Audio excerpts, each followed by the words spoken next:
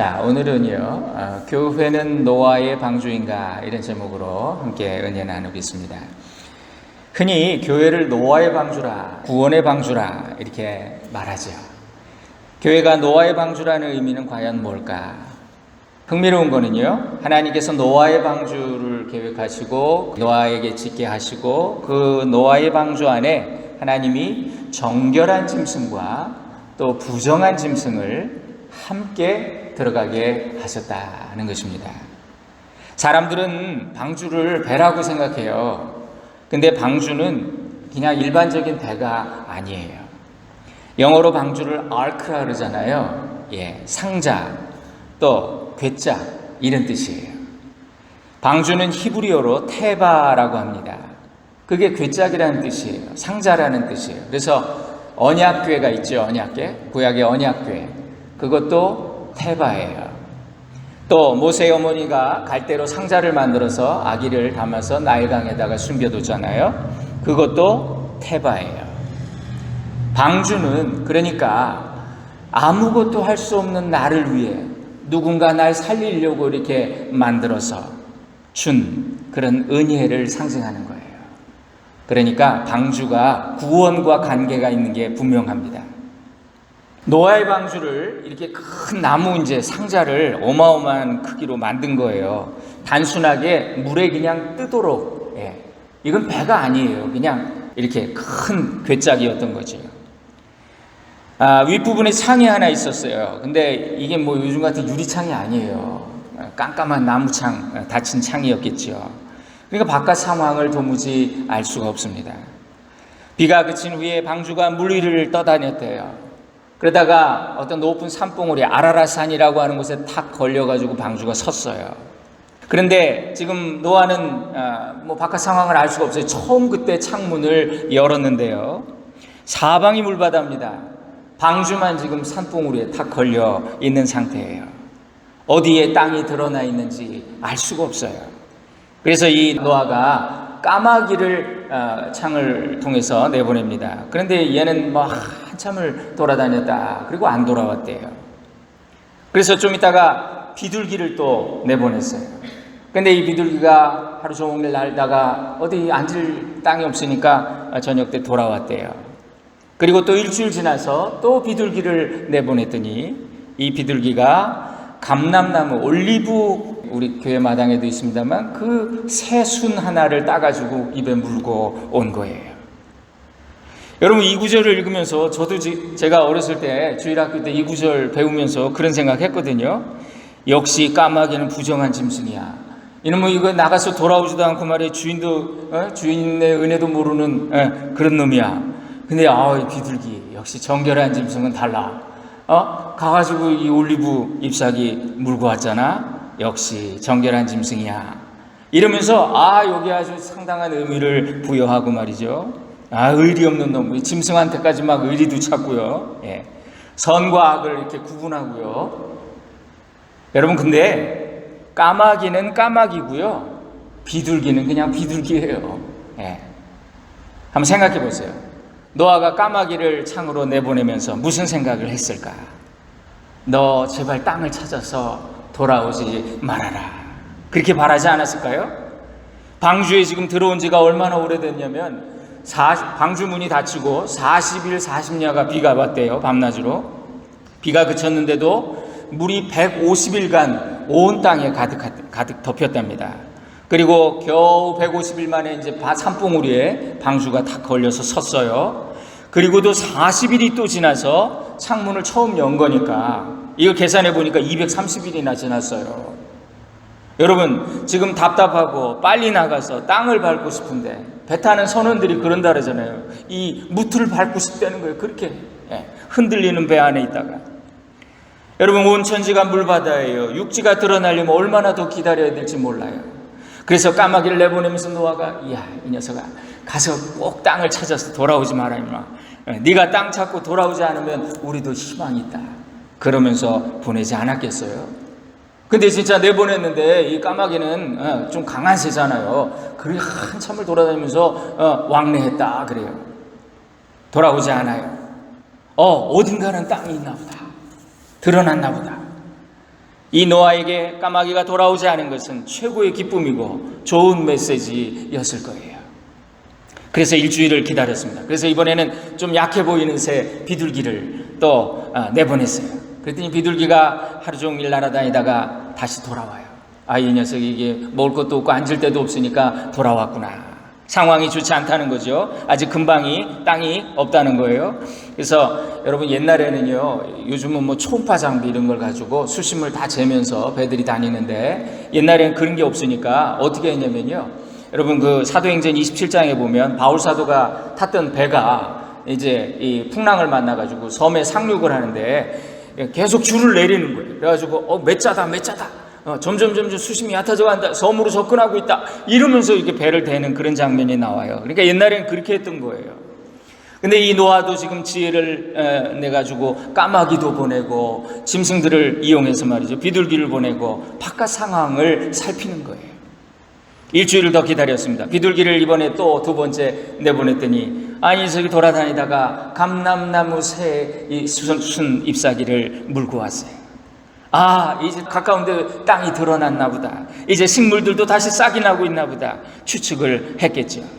또 일주일을 기다렸다가 비둘기를 또 내보냈는데 이제는 돌아오지 않는 거예요. 이 녀석 살만한가 보다, 바깥 세상이 이제는 살만해졌나 보다. 노아가 방주의 뚜껑을 열었습니다. 정말 물이 많이 빠져 있지만 아직 땅은 마르지 않았대요. 그래서 또 한 달을 기다려요. 그러니까 땅이 다 마르고 속으로 이제 나가도 될 것 같은데 이러고 있는데, 하나님이 노아에게 이제 방주에서 나와라, 그렇게 명하시는 거예요. 여러분, 이런 이야기를 읽으면서 하나님은 우리에게 까마귀도 주시고 비둘기도 주시고 정결한 짐승도 주시고 부정한 짐승도 주시고, 까마귀를 우리가 나쁜 놈, 의리 없는 놈 비난하고요, 비둘기 착하다고 칭찬하고 그럴 일이 아니라는 거예요. 하나님은 정결한 짐승과 부정한 짐승을 함께 방주에 태우셨어요. 우리가 세상 살다 보면 좋은 사람이라고 우리가 저 사람 참 좋은 사람이야 이렇게 생각을 했는데, 항상 그 사람한테 덕만 보나요? 아니에요. 또 어떤 사람, 저 사람 악한 사람, 평생 가도 저 사람한테는 내가 뭐 얻을 게 없겠어, 그랬는데 그 사람이 항상 나에게 해만 끼치는 건 아니에요. 그도 도움이 될 때가 있어요. 전도서 7장에 보니까 헛된 세월을 사는 동안에 나는 두 가지를 다 보았다. 의롭게 살다가 망하는 의인이 있는가 하면 악한 채로 오래 사는 악인도 있더라, 이런 구절이 있어요. 그래서 전도서 7장에는 또 이렇게 말씀합니다. 형통한 날에는 기뻐하고 곤고한 날에는 생각하라. 하나님이 이 두 가지를 병행하심으로 사람으로 그 장래일을 능히 헤아려 알지 못하게 하셨느니라. 하나님이 주관해서 인도해 가시는 세상을 우리는 다 알 수 없다는 거죠. 그걸 주관하시는 분은 하나님이시라는 거죠. 여러분 한번 생각해 보세요. 노아의 방주는요, 동력이 없어요. 엔진이 없어요. 돛도 없고 노도 없고 방향 잡는 키도 없어요. 그저 물에만 떠요. 그래서 그냥 흘러다녀요. 요즘식으로 말하면 그냥 바지선 작업하는 괴짝. 그래서 누군가 이걸 끌어줘야 돼요. 예인선이 옆에 붙어야 돼요. 그러니까 이 노아의 방주는 하나님의 절대적인 인도하심을 보여주는 거고, 또 세상 속에 지금 있지만 세상에 가라앉고 세상에 속하지 않는, 세상에서 구별돼서 떠 있는 그런, 어떻게 보면 생명의 교회를 의미한다고 볼 수가 있겠죠. 노아의 방주처럼 교회도 마찬가지입니다. 똑같습니다. 교회는 인간이 주도하는 모임이 아니에요. 우리가 뭐 좋은 교회를 한번 만들어 봅시다, 뜻을 합쳐서 만들어 봅시다, 아니에요. 교회는 그런 게 아니에요. 교회 안에는 하나님이 교회를 세우셨기 때문에 정결한 짐승, 부정한 짐승 다 모아두셨어요. 왜냐하면 하나님의 계획이 있기 때문이에요. 하나님은 까마귀를 통해서도 일하십니다. 비둘기를 통해서도 일하십니다. 때로는 하나님이 나한테도 너 한번 까마귀 되라 그러면서 그런 좀 미움받는 그런 역할을 하게 하실 때도 있어요. 교회를 이끌어 가시는 분은 하나님이세요. 교회의 주인은 예수님이세요. 어떤 사람은 교회 일에 아주 성실합니다. 그런데 그가 항상 교회의 덕을 세우는 건 아니에요. 어떤 사람은 교회 일 대충 하고 별로 소속감도 없고 먹는 자리에만 나타납니다. 종종 사람들에게 상처를 주기도 해요. 그러다가 때로는 까마귀처럼 교회를 떠나기도 해요. 사람들에게 상처를 주고. 그렇다고 우리가 그들을 비난하면 안 된다는 거예요. 그 모든 것은 말이죠, 하나님이 하시는 일이다. 어떤 사람은 이건 잘하는데 저건 잘 못해요. 어떤 사람은 그 반대예요. 여러분, 이럴 때는 서로가 정죄하고 저 사람은 왜 저래? 비난하는 것이 아니라 그를 통해서도 하나님이 어떤 일을 하고 계신다는 것, 그걸 봐야 된다는 거예요. 그 모든 과정을 섭리하시는 분이 하나님이시다. 세상은 선악을 분리합니다. 이건 좋은 거야, 저건 나빠, 구분합니다. 근데 하나님은요, 이것저것을 섞어서 모든 것을 합력하여 선을 이루시는 분이시다. 세상에 완전히 선한 사람도 없어요. 완전히 악한 사람도 없어요. 우리가 발붙이고 사는 이 세상의 모든 피조물들, 인간을 포함해서 절대 선도 없고 절대 악도 없어요. 인간은 모두가 하나님이 쓰시는 도구일 뿐이에요. 그래서 가장 선한 사람과 가장 악한 사람이 하나님 보실 때는 그 종이 한 장 차이라는 거예요. 내가 선하다고 항상 비둘기 역할만 하는 거 아니에요. 나도 때로는 실수하고 나도 때로는 남에게 상처를 주고, 나도 하나님 보시기에 실수할 수 있다는 거, 요걸 인정해야 된다는 거예요. 정도의 차이는 있을지언정 우리는 모두가 하나님 앞에서는 그저 부족한 죄인들일 뿐이에요.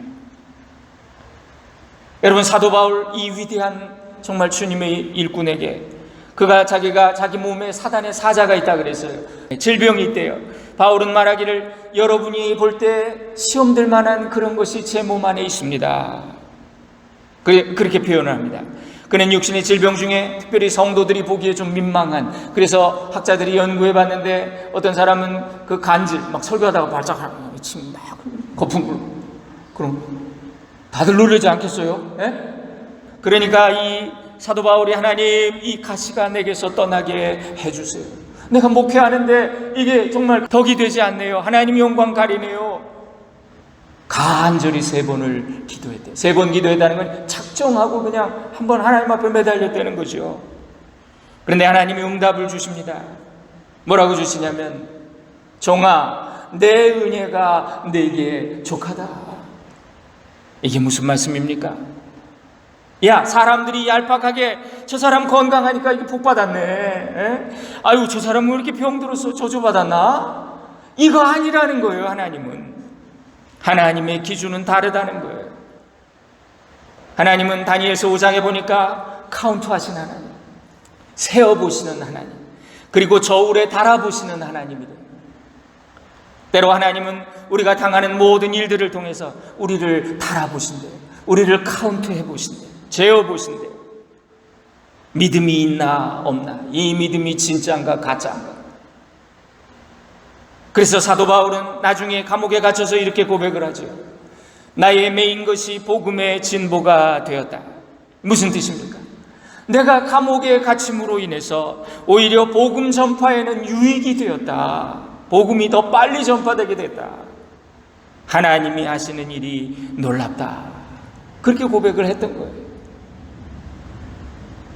우리가 잘 아는 이지선 자매라고요. 여러분 아시죠? 대학 졸업반 때 교통사고가 나가지고 화상을 입고 말이죠. 그의 삶이 바뀌었어요. 근데 이 자매가 보스턴에 있다가 UCLA에 와가지고 박사학위를 받고 한동대학을 거쳐서 모교인 2대의 교수로 초빙을 받게 됐어요. 이 자매가 간증을 하는데 이렇게 물었어요. 인터뷰하는 사람이, 당신 다시 옛날로 돌아가고 싶지 않냐고. 그 질문에 솔직히 자기는 돌아가고 싶지 않대요. 자기를 이렇게 복음 전도자로 쓰시기 위해서 하나님이 자기의 삶을 극적으로 바꾸어 놓으셨다고. 그래서 나는 지금이 더 감사하다고. 그렇게 진심으로 고백하는 고백을 들었습니다. 여러분, 만일 하나님께서 내게 돈을 가져가시고 믿음을 주셨다면 그건 감사한 일이잖아요. 나 옛날에 좋았는데 그때 돈 엄청 벌어가지고 내 비행기 타고 회 먹고 싶으면 일본 갔다 오고, 근데 돈을 다 뺏어가시고 결국은 하나님께로 초라하게 돌아왔는데 그게 오히려 감사할 조건이라는 거예요. 하나님이 내게서 건강을 가져가셨지만 구원을 주셨다면 이건 또 얼마나 더 감사한 일입니까? 여러분, 그런데 믿음이 없으면 이렇게 생각하지 못해요. 우리 삶에 까마귀 같은 존재가 있다는 거예요. 그걸 비난하고 나무라기보다 쟤는 왜 저래? 그것을 통해서도 일하시는 하나님을 보면서 감사하고 영광을 돌릴 수 있어야 된다는 거예요. 사랑하는 성도님들, 짐승들을 통해서도 하나님이 이렇게 역사하시는 걸 볼 수 있다면 우리 인간사 모든 일을 통해서 하나님의 섭리를 발견할 수 있지 않겠습니까? 인생을 아는데 필수적인 게 바로 고난이에요. 고난. 우리가 악을 경험하지 않으면 선을 알 수가 없어요. 여러분, 하나님이 왜 부정한 것과 정결한 것을 같이 방주 안에 태우셨을까? 부정한 게 없으면 정결이 뭔지 모르는 거죠. 하나님은 정결한 짐승도 쓰시고 부정한 짐승도 쓰신다. 하나님은 선한 사람도 쓰시고 악한 사람도 쓰신다. 인간의 눈에 보이게 나쁘게 보이는 일도 말이죠, 하나님의 섭리 안에 있으면 좋은 것이 된다는 게, 선이 된다는 거예요. 요셉이 그렇게 고백했잖아요. 형님들은 내게 악을 행하셨지만 하나님은 그걸 선으로 바꾸서 우리 가족을 구원하셨다. 이걸 잊지 말아야 합니다. 이걸 모르면 우리가 죄짓게 돼요. 함부로 말하고 하나님 왜 이러시오? 내 눈에 보기에 잘 되면 좋아하고 감사하다가 잘 안 되는 것 같으면 금방 낙심해가지고 말이죠, 하나님을 원망하고 광야의 이스라엘 되는 거죠. 하나님의 섭리를 모르면 사람들을 쉽게 판단하고 정죄하게 돼요. 근데 이 판단과 정죄가 가장 무서운 죄라는 거예요. 우리 주변에서 여러분 한번 보세요. 그렇게 의로워 보이던 사람 하루아침에 하나님께 등을 돌리고 말이죠. 근데 저 사람 진짜 완전 지옥 아래목감인데 그런 사람이 어느 날 갑자기 헷가닥 가가지고 말이죠, 특히 죽기 전에 변하는 사람들 보면 구원받기로 작정된 자가 있나 보다, 그런 걸 느낀다고요. 성경을 통해서 우리에게 알려주신 가장 크고 무서운 죄는 남을 판단하고 정죄하는 것. 여러분, 남을 판단하고 정죄하는 것은 내가 하나님의 자리에 앉는 무서운 교만이거든요. 내가 어찌 저 사람은 구원받았어, 저 사람은 지옥 갈 거야, 이렇게 말할 수 있겠는가? 사탄은 남을 판단하고 정죄하게 합니다. 그러나 성령님은 그 모습을 보고 나를 돌아보게 하신다는 거예요. 그래서 세상 속에 있는 교회는 이 방주처럼 정결한 짐승과 부정한 짐승이 지금 섞여 있는 거예요. 이 방주는 밖을 내다볼 수가 없습니다. 외부의 상황을 알 수가 없으니 얼마나 답답합니까? 7, 8개월 동안 방주에 갇혀서 피 떨어지는 소리만 들려. 방주가 천국 같았으면 노아가 거기 머물지 왜 자꾸 나오려고 그랬겠어요? 어떻게 됐나 까마귀도 내보내고 바깥 상황 알아보려고 말이죠. 방주는 잠시의 피난처예요. 잠시 홍수가 지나가기까지 머무는 장소예요. 그래서 방주 안에는 정결한 짐승과 부정한 짐승이 같이 섞여 있어요. 마치 밭에 알곡이 있고 가라지가 있는 것처럼. 어떤 주인이 밭에 이른 아침에 나갔는데 알곡이 잘 자라고 있는데 가라지들이 같이, 비스무리한 잡초들이죠, 그게 함께 자라는 거예요. 그래서 이 가라지를 뽑아야 되나 고민을 하다가 그냥 둬야 되겠다. 왜냐하면 가라지를 뽑다가 이게 함부로 잘못 뽑다가 잘 자라고 있는 알곡까지 다칠까 봐. 이 농부는 추수 때까지 기다리기로 했습니다. 그래서 그때 가서 한꺼번에 추수해서 그때 나누어서 알곡은 곳간에 두고 가라지는 불에 던져 태우겠다 결심을 했대요. 마태복음 13장에 나오는 이야기예요. 교회가 이런 곳이다. 알곡과 가라지가 섞여 있어요. 정한 짐승과 부정한 짐승이 함께 있어요. 노아의 방주처럼. 이것이 교회예요. 방주는 재난을 면하는, 잠시 면하는 그런 피난처, 임시적인 장소. 교회는 천국이 오기까지, 주님이 오시기까지 잠시 동안의 이 땅에서의 피난처. 답답한 것도 많습니다. 방주처럼. 그러나 분명히 하나님이 구원을 약속해 주신 장소, 하나님이 베풀어 주시고 이끌어 주신 장소가 교회라는 거예요. 이전과는 완전히 다른 새로운 세상, 죄도 없고 악도 없는 새 하늘과 새 땅에 감람나무 새 잎이 열리는 그때에, 새 포도주를 주시는 그 땅이 오면 그때 문을 열고 나가는 것이 교회라는 거예요. 그것이 방주라는 거예요. 방주 자체가 목적이 아니라, 여러분 마찬가지로 이 땅에서 교회는 천국 아니에요. 교회는 사망으로부터 구원받는 곳입니다. 교회는 방주와 같은 곳이에요. 교회는 응급실과 같은 곳이에요. 여러분 세상에서 피곤하고 지치고 예배 때 여러분 하나님 앞에 여러분의 모든 걸 쏟아내고 위로받으세요. 치유받으세요. 그러나 여기가 천국은 아니라는 거 기억하세요. 죄인과 의인이 같이 섞여 있습니다. 때로는 죄인도 의인 같아 보이는 곳이에요. 또 의인도 죄인으로 오해받는 곳이 교회다. 이것이 이 세상에 있는 이 땅의 교회의 모습이에요. 여러분 교회 다닌다고 다 구원받습니까? 다 천국 갈까요? 그렇지 않아요. 그러니까 이 교회에서 우리는 어떤 생각을 해야 되는 거예요? 나는 어느 쪽인가? 하나님 앞에서 계속 질문하는 거예요. 나는 정말 두렵고 떨림으로 내 주신 그 구원을 이루어 가는 거예요. 주님, 나는 악한 도구로 쓰지 말아주세요. 나는 하나님의 선한 도구가 되고 싶어요 라고 간구하는 거예요. 방주 안에 있는 것처럼 우리 인생은 불완전합니다. 풀리지 않는 수수께끼가 있어요. 밖이 내다보이지가 않으니까 답답하죠.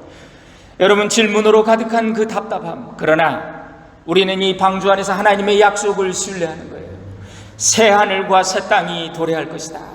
그때 너는, 내가 방주 문을 열면 그때 너는 나오면 돼. 주님의 뜻을 기다리며 사모하는 것. 사랑하는 성도님들, 이 교회를 통해 구원받으세요. 마음의 위로를 얻고 질병으로부터 노임을 받으세요. 또 사망의 물결로부터 보호받으세요. 가난으로부터 부요를 얻으세요. 불행으로부터 행복으로 나오시기 바랍니다. 주님께서 우리에게 베풀어 주신 이 방주를 사랑하고 고맙게 여기시기 바랍니다. 방주를 떠나지 마세요. 비둘기가 자꾸 까마귀가 괴롭혀. 그러니까 조금만 틈이 있다고 그냥 방주를 뛰쳐나갔어. 그러면 안 돼요. 여러분 이 방주는 우리가 영원히 머물 곳이 아니에요. 이 방주 자체가 천국이 아니라고요. 노아의 방주는 하나님이 이 세상을 보존하시기 위해 임시 방편으로 계획하신 수단이었습니다. 마침내 이제 이 땅이 뒤집히고 새 하늘과 새 땅이 열렸을 때, 하나님이 친히 문을 여실 때 미련 없이 버리고 떠나는 곳이 방주였다는 거예요. 그래서 사도 바울은 온전한 것이 올 때에는 불완전한 모든 것이 사라진다, 그렇게 고백을 했습니다. 이 땅의 교회, 우리의 본향 천국에 이르는 동안 잠시 동안의 피난처라는 거 잊지 마세요. 예수님은 마지막 날에 당신이 오시는 그때를 노아의 때에 비유하셨어요. 노아의 때와 같이 인자의 임함도 그러하리라. 홍수전에 노아가 방주에 들어가던 날까지 사람들이 먹고 마시고 장가들고 시집가고 있으면서 홍수가 나서 저희를 다 멸하기까지 깨닫지 못했다. 인자의 임함도 이와 같으리라. 그러므로 너희도 예비하고 있으라. 생각지 않은 때에 인자가 오리라. 마태복음 24장에. 베드로전서 3장에 보니까 전에 노아의 날 방주를 준비할 동안 하나님이 오래 참고 기다리실 때에 복종하지 아니하던 자들은 구원을 받지 못했다, 이렇게 말씀을 합니다. 교회는 우리에게 구원을 주시기 위해 하나님이 세워주신 방주예요. 그래서 우리가 천국에 이르기까지, 마침내 천국의 문이 열리기까지 이 방주를 떠나서는 안 된다는 거예요. 교회는 지상에서 천국의 그림자일 뿐이에요. 그래서 교회 안에는 때로 답답함을 주는 사건들이 많아요. 그래서 아유, 교회가 왜 그래? 실망하게 하는 일도 있어요.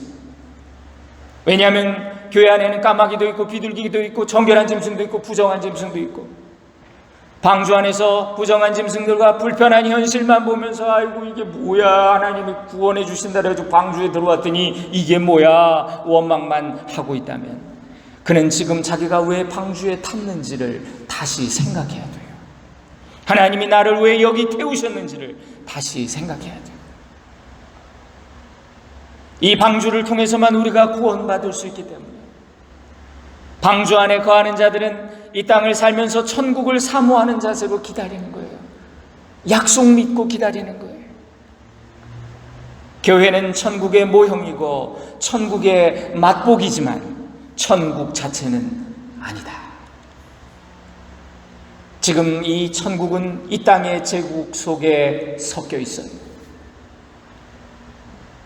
노아가 간절히 묻이 드러나기를 사모했던 것처럼, 방주의 문이 열리고 구원이 완성되는 그날을 기다렸던 것처럼 우리도 그날을 사모하는 것입니다. 예수 그리스도가 오시는 날, 그날이 방주의 문이 열리는 날이에요. 저희 아이들이 어릴 때 노아의 방주 이야기를 제가 해줬어요. 그랬더니 초등학생이었던 저희 아들이 이런 말을 하더라고요. 아빠, 방주 안에 사람은 8명 뿐이고 다 짐승들이었네요. 이렇게 얘기를 하는 거예요. 그때 저는 큰 깨달음을 얻었어요. 베드로전서 3장에 보니까 방주에서 물로 말미암아 구원을 얻은 자가 몇 명뿐이니 겨우 8명이라. 구원받을 자가 많지 않다는 것. 구원의 길은 좁은 길이고 영생의 문은 좁은 문이라는 걸 기억하세요. 사랑하는 성도님들, 우리가 이 땅 살면서 예수 잘 믿어야 돼요. 이게 제일 중요한 일이에요. 천국을 사모하고 기다리며 두렵고 떨림으로 우리의 주신 구원을 이루는 것. 여러분, 평소에 공부 열심히 한 학생은 시험이 두렵지 않아요. 오히려 그날 100점 맞아가지고 나 아빠한테 뭐 사달라 그래야지 기다려지는 거지. 여러분, 퀴즈를 하면 알곡은 안으로 모인다 그래요.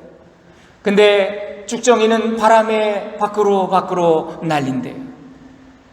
참된 성도는 이 시련이 올 때마다 주님 앞에 더욱더 가까이 나옵니다. 마라나타, 아멘, 주 예수여 어서 오시옵소서. 우리 교회, 우리 모든 성도들의 고백될 수 있기를 주님의 이름으로 간절히 축원드립니다. 기도하겠습니다. 사랑하는 하나님, 험한 인생길, 수고와 슬픔뿐인 이 길에 우리의 안식처로 주신 구원의 방주 교회로 인하여 주님께 감사를 드립니다. 나그네가 길에서 잠들지 않듯이 세상에서 영원한 것을 찾는 어리석음을 범하지 않게 하옵소서. 조금 부족해도 실수가 있어도 그것을 통해 이루실 주님의 선을 바라보게 하옵소서. 이 배의 선장이 주님이심을 잊지 않게 하옵소서. 나의 판단, 인간의 판단을 앞세워 실망하거나 분노하거나 낙심하지 않도록 우리를 붙잡아 주시옵소서. 우리 교회가 구원의 방주 역할을 잘 감당케 하시고 새 하늘과 새 땅이 이르는 날까지 승리하는 교회와 우리 모든 성도들 되게 하옵소서. 예수님의 이름으로 축복하며 기도 올립니다. 아멘.